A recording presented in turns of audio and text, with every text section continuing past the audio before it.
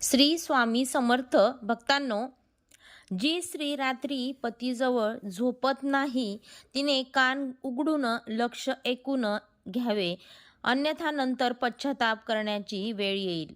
भक्तांनो, आज व्हिडिओ तुमच्यासाठी खूप खास आणि महत्त्वाचा असणार आहे. आजचा हा विषय थोडा वेगळा आहे पण अत्यंत महत्त्वाचा आहे आणि सामाजिकदृष्ट्या विचार करता हा विषय खूप खास आणि महत्त्वाचा आहे. आजचा विषय आहे, जी स्त्री रात्री आपल्या पतीसोबत शयनकक्षात अर्थात बेडरूममध्ये झोपत नाही किंवा पतीसोबत झोपत नाही त्यांना नंतर पश्चाताप करावा लागतो. तर असे का होते? सर्वसाधारणपणे असे म्हटले जाते की पती पत्नीने एकत्र झोपले पाहिजे, नाहीतर पत्नीला कोणत्या यातना त्रास सहन करावा लागतो.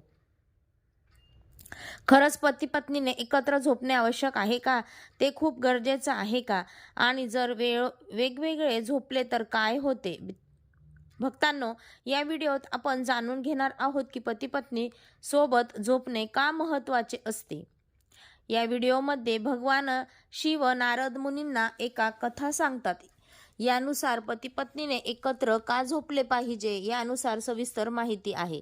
तुम्हाला एका कथेद्वारे समजावून सांगणार आहे. तसेच मनुष्याला 3 प्रमुख चुका कोणत्या आहेत हे देखील पाहणार आहेत. या चुका काय आहेत ज्या मनुष्य स्वतः जाणून बुजून करतो आणि ज्याचे परिणाम त्याला नंतर भोगावे लागतात. म्हणून मित्रांनो, आजचा व्हिडिओ 2 विषयांवर आधारित आहे. फक्त एक विनंती आहे की व्हिडिओच्या शेवटपर्यंत आमच्या सोबत राहा. जी कथा आम्ही तुम्हाला या व्हिडिओमध्ये समजवण्यासाठी घेऊन आलो आहोत ते नीट लक्षपूर्वक ऐका आणि चॅनलवरती नवीन असाल तर सबस्क्राईब करा आणि व्हिडिओला एक लाईक करून कमेंट मध्ये श्रद्धेने जय श्रीराम, राधे राधे, श्रीकृष्ण तुमच्या सर्व इच्छा नक्की पूर्ण करतील. प्रिय दर्शको, हे ही एक वेगळीच कथा आहे. देवर्षी नारद भगवान नारायण यांचा जप करत पृथ्वीलोकावर भ्रमण करीत होते. तेव्हा त्यांनी पाहिले की एक माणूस रात्रीच्या वेळी जंगलाकडे खूप वेगाने जात आहे. देवर्षी नारद त्या माणसाला विचारतात की काय झाले, एवढ्या रात्री तू एवढे सगळेच आपल्याला गाढ झोपलेले आहेत असताना तेव्हा या माणूस रात्री जंगलाकडे का जात आहे असा विचार करत देवर्षी नारद त्या माणसाच्या पाठलाग करू लागले. तो माणूस पुढे वेगाने जात होता आणि देवर्षी नारद आकाशमार्गाने त्याच्या पाठलाग करत होते. भक्तांनो, काही वेळाने तो माणूस एका झोपडीजवळ पोहोचतो. तिथे एक अतिशय सुंदर देखणी स्त्री एका झोपडीच्या बाहेर उभी असते. दिसायला अतिशय सुंदर होती. जेव्हा तिने त्या तरुण माणसाला येताना पाहिले तेव्हा ती म्हणू लागली की मी खूप वेळेपासून तुमची वाट पाहत होते. तुम्ही खूप वेळ केलात. तरुण माणूस उत्तर देतो, हे प्रिये, आज माझी पत्नी खूप उशिरा झोपली म्हणून मला थोडासा वेळ उशीर झाला. तेव्हा ती सुंदर स्त्री म्हणते, काही हरकत नाही, तुम्ही आलात हेच माझ्यासाठी खूप महत्त्वाचे आहे. मला देखील माझ्या पतीला झोपवण्यात उशीर झाला, पण तरीही मी तुमच्यापेक्षा थोडी आधी आले. या दोघांचे बोलणे ऐकत होते. जाऊन आयुष्याचा खरा आनंद घेऊया ते बोलून ते दोघेही झोपडीत गेले. इकडे देवर्षी नारद विचार करू लागले. पृथ्वीलोकातील स्त्री पुरुष हे विवाहाच्या पवित्र बंधनात अडकले आहे, तरीही आपल्या जीवनसाथीचा असे विश्वासघात करून परक्या स्त्रीसोबत संबंध ठेवताना यांना लाज वाटत नाही का? त्यांना या कृतीची जरा देखील भीती वाटत नाही का की आपल्या पती पत्नी सोबत विश्वासघात करणे किती मोठं पाप आहे? हा सर्व प्रकार पाहून देवर्षी नारद यांच्या मनात अनेक प्रश्न निर्माण झाले. या प्रश्नांची उत्तरे शोधण्यासाठी देवर्षी नारद नारायण करत कैलास पर्वताच्या दिशेने जाऊ लागले. काही वेळानंतर कैलास पर्वताला पोहोचले. तिथे भगवान शिव विराजमान होते. नारायण जप करत आकाशात मार्गाने कैलास पर्वताच्या दिशेने जाऊ लागले. काही वेळानंतर कैलास पर्वतावर पोहोचताच जिथे भगवान शिव त्यांच्या आसनावर विराजमान होते. भ्रमण करण्यासाठी गेले तेव्हा ते तिथे एक विचित्र घटना पाहिली. एक तरुण व्यक्ती परक्या स्त्रीकडे संबंध ठेवण्यासाठी का बरे जात आहे, याचा पत्नीचा विश्वासघात का करतोय, असा प्रश्न मनात एक मोठा प्रश्न आणि त्याच प्रश्नांचे उत्तर शोधण्यासाठी मी तुमच्याकडे आलो आहे. भगवान शिव म्हणाले, हे देवर्षी नारद, तुमचा प्रश्न विचारा. मी नक्कीच तुमच्या शंकेचे निरसन करीन, नक्कीच तुमच्या प्रश्नाचे उत्तर देईल. नारद म्हणाले, हे प्रभू, मी तुमच्याकडून जाणून घेऊ इच्छितो की काही स्त्रिया त्यांच्या पतीसोबत झोपत नाही, ना त्यांना रतिक्रिया करू देत नाहीत. पतीसोबत न झोपल्यामुळे आणि रतिक्रिया न केल्यामुळे त्या स्त्रीच्या जीवनावर काय परिणाम होतो? आणि हे प्रभू, मनुष्य आपल्या जीवनात अशा कोणत्या 3 चुका करतो ज्यामुळे मनुष्याला आयुष्यभर पश्चाताप करावा लागतो? आपल्या आयुष्यात कोणती 3 कार्य कधीही करू नये? भगवान शिव देवर्षी नारद यांचे बोलणे ऐकून म्हणाले, हे देवर्षी नारद, आज तुम्ही समस्त मानव जातीच्या कल्याणाचा प्रश्न विचारला आहे. तुम्ही फारच उत्तम प्रश्न विचारला आहे. प्रश्न प्रत्येक मनुष्याचे एकदा तरी जाणून घेतला पाहिजे, कारण काही तरुण लोक आपल्या चुकांमुळे संपूर्ण जीवन बर्बाद करतात. जे लोक आपले जीवन आनंद ठेवू इच्छितात त्यांच्यासाठी या 3 गोष्टी तुम्ही महत्त्वाचे आहेत. आता मी तुम्हाला एक महत्त्वपूर्ण आणि एक ज्ञानवर्धक कथेद्वारे या प्रश्नांची उत्तरे देणार आहे. तुम्ही कथा लक्षपूर्वक ऐका. भगवान शिवांच्या मुखातून हे ऐकताच देवर्षी नारद म्हणाले, हे प्रभू, मी ही कथा लक्षपूर्वक ऐकेन. कृपया मी कथा लवकर सुरू करा. मी तुम्हाला वचन देतो की मी ही कथा सुरुवातीपासून शेवटपर्यंत नक्कीच ऐकेन. आणि हे प्रभू, या कथेचा प्रसार मी सर्व लोकांमध्ये करेन. यानंतर भगवान शिव कथा सांगण्यास सुरुवात करतात आणि म्हणतात, ही फार पूर्वीची गोष्ट आहे. त्याला एक मुलगा होता ज्याचे नाव गजानन होते. ते शेतकरी म्हणून मेहनती आणि श्रीमंत होतं. त्याला त्याच्या शेतीतून चांगले धान्य मिळत होते. तो कधी धान्य बाजारात विकून पैसा मिळवत असे आणि कधी घरी साठवत असे. त्यातून त्या आपल्या गरजा पूर्ण करत असे. त्यामुळे तो शेतकरी धनवान होता. म्हणूनच तो शेतकरी आपल्या मुलावर गजाननवर खूपच प्रेम करत असे. आपल्या मुलाला काहीही कमी पडू देत नसे आणि त्याला खूप स्वातंत्र्य दिले होते. पण अधिक स्वातंत्र्यामुळे गजानन बिघडला होता, वाया गेला होता. पण जे आपल्या मुलाला खूप स्वातंत्र्य देतात, पैसा पाण्याची कमी भासू देत नाही, यांची मुले अशीच वाईट मार्गाला लागतात. मुलांना खूप स्वातंत्र्य देऊ नये. गजाननने लग्नाआधीच गजिनने वेश्येकडे जाण्यास सुरुवात केली होती. एके दिवशी शेतकऱ्याला समजले की त्याचा मुलगा जुगार खेळतो आणि दारूही पितो. तो व्यसनी झाला आहे. शेतकऱ्याला ते समजल्यावर त्याला खूप दुःख झाले. त्यांनी विचार केला की हे सर्व गजाननाला दिलेल्या खूप स्वातंत्र्यामुळे झाले आहेत. त्यांनी ठरवले की आता त्यांच्या मुलाचे लग्न लावून द्यावे. शेतकऱ्याने विचार केला की लग्नानंतर जेव्हा त्याची पत्नी घरी येईल तेव्हा त्याची पत्नी त्याला समजावेल, कदाचित तिचे ऐकून घेईल. असा विचार करून शेतकऱ्याने आपल्या मुलाचे गजाननचे लग्न लावून दिले. विवाह झाल्यानंतर गजानन घरातच राहू लागला, कारण त्याची पत्नी अत्यंत सुंदर, मनमोहक आणि रूपवती होती. काही काळानंतर गजाननच्या आईवडिलांचे वय झाले. ते वृद्ध झाले आणि एक दिवस असा आला की त्यांनी हे जग सोडले, संसार सोडला. भक्तांनो, पुढे भगवान शिव म्हणाले, देवर्षी नारद, कधी खरी कथा तर आता पुढे आहे. गजाननची पत्नी अत्यंत सुंदर होती. त्यामुळे गजाननची कामवासना शांत होऊ लागली होती. पण जुगार खेळायची सवय काही केल्याने गेलेली नव्हती. गजानन जुगारात आपली संपूर्ण संपत्ती गमावली आणि त्याच्याकडे काहीच उरले नव्हते. ना त्याच्याकडे पैसा होता, ना त्याच्याकडे कोणतेही कौशल्य. हे देवर्षी नारद एके दिवशी त्याच्या पत्नीने सांगितले, आता आपल्याकडे काहीही शिल्लक राहिलेलं नाही. तुम्ही राजाकडे जा.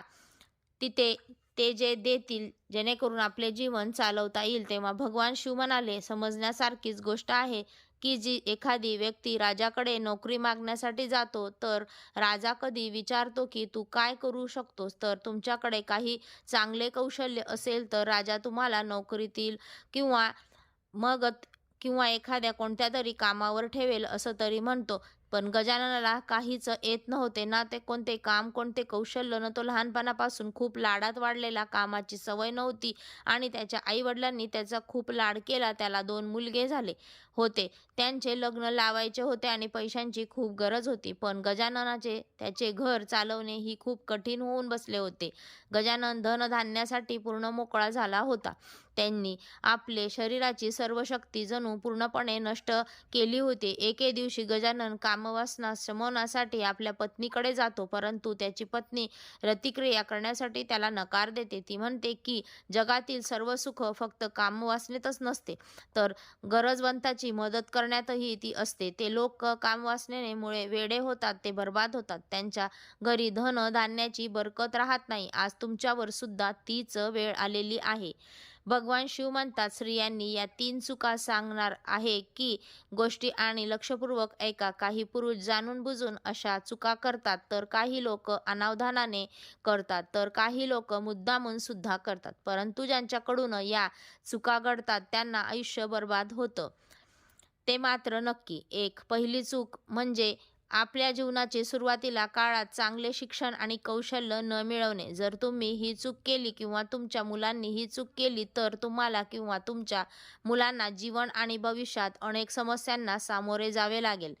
ही चूक तुम्हाला आयुष्यभर त्रास देऊ लागेल. दुसरी चूक म्हणजे कामांना पुढे ढकलण्याची सवय. जर तुम्ही तुमच्या तरुणपणी कोणतेही काम करण्यास टाळाटाळ केले आणि योग्यचा वापर केला नाही, तर त्याचा परिणाम असा होतो की तुम्हाला तुमचे उद्दिष्ट साध्य करण्यात मोठ्या अडचणींना सामना करावा लागतो. तिसरी चूक म्हणजे चुकीच्या संगतीत पडणे. तुमच्या तरुणपणे चुकीच्या संगतीत जाणे आणि वाईट सवयींना बळी पडणे हे तुम्हाला तुमच्या आयुष्यात यशस्वी होण्यापासून रोखते आणि बरबादीकडे नेते. आणि सर्वात महत्त्वाची गोष्ट, आपल्या आरोग्याकडे दुर्लक्ष करणे. जर तुम्ही तुमच्या तरुणपणे तुमच्या शारीरिक आणि मानसिक आरोग्याकडे लक्ष दिले नाही, तर तुम्हाला पुढे जाऊन अनेक प्रकारच्या आजारांना, रोगांना सामोरे जावे लागू शकते. त्यामुळे तुमच्या आरोग्याची विशेष काळजी घेणे खूप महत्त्वाचे आहे. तुम्ही तुमच्या जीवनाची सुरुवात चुकीच्या मार्गाने केली आणि त्यामुळे आज आपल्याला या अडचणींना सामोरे जावे लागते आहे. आता तुम्हाला तुमच्यासोबत झोपायची इच्छा सुद्धा नाही. आता वय अर्ध्यापेक्षा अधिक झाले आहे. मी भगवंताच्या सेवेत विलीन होऊ इच्छिते. भगवंत नक्कीच आपली मदत करतील. आता ही वेळ आहे की आत्म्याला परमात्म्याशी जोडले जावे. आपण बालावस्थेतून तरुणापर्यंत लोकांचे जीवन ब्रह्मचारी असते. ब्रह्मचार्यानंतर हे वैवाहिक जीवनात प्रवेश करतात आणि वैवाहिक जीवनात ते दाम्पत्य, पुत्राची कामना करतात. पुत्र झाल्यावर सून मिळवण्याची इच्छा करतात. मग ते वृद्ध होतात आणि परत त्या ब्रह्मचारी जीवनात ते परत जातात, जिथून ते वैवाहिक जीवनात आले होते. त्यामुळे आता ब्रह्मचार्य जीवनात जाणेच योग्य आहे. ज्या प्रकारे आपण आपले तारुण्य वाईट सवयींमुळे बर्बाद केले, आता तरी तुम्हाला कळते असेल की तुमच्यासोबत कामवासनेत का सहभागी होऊ शकत नाही आणि तुमच्यासोबत रतिक्रिया का करू इच्छित नाही. आता आपले एकच काम महत्त्वाचे, मुलांचे लग्न करून देणे. तुम्ही कामवासना विसरून मेहनतीवर लक्ष केंद्रित करा. भगवंत नक्कीच आपलं ऐकतील. भक्तांनो, पुढे भगवान शिव सांगतात की जे लोक माझ्याशी सत्यमनाने जोडले जातात त्यांना कधीच कोणत्याही गोष्टींची कमतरता भासत नाही. मग एके दिवशी काय होते, एक वृद्ध स्त्री गजाननाच्या घरी येते आणि ती वृद्ध स्त्री गजाननाला, त्याच्या पत्नीला आणि संपूर्ण संपत्ती तिला देऊन टाकते आणि तिच्या घरी राहायला लागते. की म्हणते की मला संपत्ती नाही, तूच मला 2 वेळच्या जेवणाची सोय केली तर माझ्यासाठी ते पुरेसे आहे. मग ती स्त्री गजाननाच्या घरी राहू लागते. गजानन आपल्या दोन्ही मुलांचे लग्न लावतो आणि पूर्ण कुटुंबासह आनंदाने राहू लागला. भगवान शिव पुढे सांगतात की त्या वृद्ध महिलेच्या संपत्तीमुळे गजाननाच्या कुटुंबाची परिस्थिती सुधारली. त्याच्या घरी पैसे आले, पण गजानन जो होता तो चुकीच्या मार्गाने चालू लागला. त्याच्या पत्नीने त्याच्यासोबत झोपण्यास नकार दिला आणि कामवासनेत सहभागी होण्यासही नकार दिला. त्यामुळे गजानन दुसऱ्या मार्गावर, जो त्याच्यासाठी खूप चुकीचा होता, त्यानंतर तो दुसऱ्या स्त्रीच्या प्रेमात अडकला. कारण त्याची पत्नी त्याच्यासोबत झोपत नव्हती, त्याला सोडून दुसरीकडे ती झोपत होती, न त्याच्यासाठी रतिक्रिया करत होती आणि न त्यामुळे आपली कामवासना शमवण्यासाठी गजानन दुसऱ्या महिलेच्या प्रेमात पडला. दररोज तिच्याकडे जाऊ लागला. ही चूक गजाननच नव्हे तर त्याच्या पत्नीचे होते. माझ्या मनाचा अर्थ असा आहे की स्त्रियांनी आपल्या पतीचा त्याग कसा करू नये असा गजाननाच्या पत्नीने केला. कारण जर एखादी पत्नी आपल्या पतीसोबत झोपणे सोडून देत आणि रतिक्रिया करणे पूर्ण बंद करते, तर ती पती चुकीच्या मार्गाने निघून जातोच. त्यासोबतच पती जर व्यसनाच्या अधीन गेला तर त्याला अजून वेगळ्या वाईट सवयीने लागणं होते. त्याचसोबत पत्नीकडे लक्ष देत नसेल तर पत्नी देखील चुकीच्या मार्गाने जाऊ शकते. जसे गजानन सोबत ती स्त्री प्रतिक्रिया करत होती, त्यामुळे पत्नीची कर्तव्य आहे ती आपल्या पतीला योग्य मार्गावर हळूहळू आणायला पाहिजे. एकदमच सगळे सोडून देणे योग्य नाही. जर तुम्ही एखादी पूजा, अनुष्ठान जे काही करत असाल, जर अशा वेळी सुद्धा आपल्या पतीला विश्वासात घेऊन अशा गोष्टी बंद कराव्यात, अन्यथा त्याचा परिणाम वाईट होतो. पत्नी जरी चुकीच्या मार्गावर गेली तरी ते पतीसाठी चांगले नसते. मग ती पुरुषाला अशा व्यसनापासून दूर करू शकत नाही, हाच त्याचा अर्थ असतो. कारण एक स्त्री घरात सर्व काही असते. स्त्री ही आदिशक्ती आहे, तीच लक्ष्मी आहे आणि सरस्वती सुद्धा स्त्रीच आहे. त्याचमुळे पतीलाही चुकीच्या मार्गावर जाऊ न देणे हे स्त्रीच्या हातात असते. आता मी स्त्रियांसाठी 3 महत्त्वाच्या गोष्टी सांगतो ज्या त्यांनी कधीही करू नयेत. पहिली गोष्ट, स्त्रीने आपल्या पतीसोबत रात्री विश्रांती घेणे आणि त्याच्यासोबत झोपणे पूर्णपणे सोडू नये. जर एखादी स्त्री आपल्या पतीसोबत झोपण्यास नकार देत असेल तर पती दुसऱ्या स्त्रीचा शोध घेतो. दुसरी गोष्ट, स्त्रीने आपल्या पतीसोबत प्रतिक्रिया करणे बंद करू नये. जी स्त्री आपल्या पतीसोबत प्रतिक्रिया करत नाही ती पूर्णपणे सोडते. तिचा पती व्यभिचारी बनतो, तो परक्या स्त्रीकडे आकर्षित होतो आणि त्या स्त्रीच्या संसाराचे पूर्णपणे वाट लागते. त्यामुळे आपले पती आपल्याशीच प्रामाणिक कसा राहील आणि आपला संसार चांगला सुखाचा कसा होईल याकडे प्रत्येक स्त्रीने लक्ष दिले पाहिजे. तिसरी गोष्ट म्हणजे स्त्रीने आपल्या पतीच्या सर्व इच्छा पूर्ण करायला हव्यात. जी स्त्री असे करते ती हळूहळू आपल्या पतीला योग्य मार्गावर आणते आणि ती स्त्री उत्तम स्त्री मानली जाते. आपल्या पतीसोबत शारीरिक संबंधांचा त्याग करते त्या आपल्या पतीला व्यभिचारी होण्याचा जबाबदार ती स्वतः असते. म्हणून प्रत्येक स्त्रीने आपल्या पतीसोबत प्रतिक्रिया केली पाहिजे, त्याच्या कामवासनेला शांत केले पाहिजे, जेणेकरून तिचा पती परका स्त्रियांच्या जाळ्यात अडकणार नाही. पतीने पतीजवळच झोपले पाहिजे हे वैज्ञानिकदृष्ट्या सुद्धा सिद्ध झाले आहे. पती-पत्नीने जवळ झोपल्याने हृदयविकाराचा झटका कधीही येत नाही. कारण पती-पत्नी एकमेकांच्या जवळ असताना सर्व चिंता विसरून ते एकमेकांशी प्रेमाने राहतात. पती-पत्नी एकत्र किंवा जवळ झोपल्यामुळे भावनिक सुरक्षितता वाढून तणाव कमी होतो, ज्यामुळे रक्तदाब व कोलेस्टेरॉल तणाव नियंत्रणात राहतो. ते थेट हृदयाचे आरोग्य सुधारण्यास आणि झोपेत येणाऱ्या हृदयविकाराचा झटका रोखण्यास मदत करते. पुढची गोष्ट म्हणजे स्त्रीने समजून घेतले पाहिजे की तिचा पती कामवासनेत खूपच लुप्त असेल तर हळूहळू त्याला योग्य मार्गावर आणावे. त्याचबरोबर चांगलाचा संवाद साधून त्याचा चांगला मार्गास घेऊन जावे. जिथे भगवंताची चर्चा चालू असते तिथे त्याला घेऊन जावे, जेणेकरून त्याच्या दूषित बुद्धीत सुधारणा होईल, भगवंताचे भजन करू शकेल, तपस्येत लीन होऊ शकेल. तेव्हाच पत्नीचे जीवन यशस्वी होते. असे होऊ नये की स्त्री तर भगवंताच्या भजनात लुप्त झाली आणि पती मात्र चुकीच्या मार्गावर गेला. पती-पत्नीच्या शारीरिक संबंधापासून पूर्णपणे दूर केलं तर पती चुकीच्या मार्गाला गेला तर ते योग्य नाही. पत्नी ही पतीची जीवनोपयोगी गाडी 2 चाकं असतात. जर एक चाक रस्त्यावरून भरकटले तर एका चाकावर गाडी कशी चालणार? गाडीला मात्र धक्का लागतो. तसेच ती योग्य प्रकारे चालत नाही. असा संसार मोडकळीस येतो. म्हणून स्त्रीने लक्षात ठेवलं पाहिजे की 3 प्रकारे आपल्या पतीच्या इच्छांना पूर्ण करत त्याला योग्य मार्गावर आणून उभं करावं. ज्या स्त्रिया असे करतात त्या समाजात सर्वश्रेष्ठ स्त्रिया मानल्या जातात. त्या आपल्या पतीच्या चुकीच्या मार्गावर जाण्यापासून थांबवतात. मग पुरुषसुद्धा दुसऱ्या स्त्रीचा विचार करणेही टाळतात आणि स्वतःबरोबरच पत्नीनेही कल्याण करतात. भगवान शिव म्हणतात, हे देवर्षी नारद, आता तुला कळलं असेल की तो पुरुष ज्याला तो पाहिलंस तो झोपडीत एका स्त्रीसोबत रतिक्रियेत लिप्त होता तो गजाननच होता.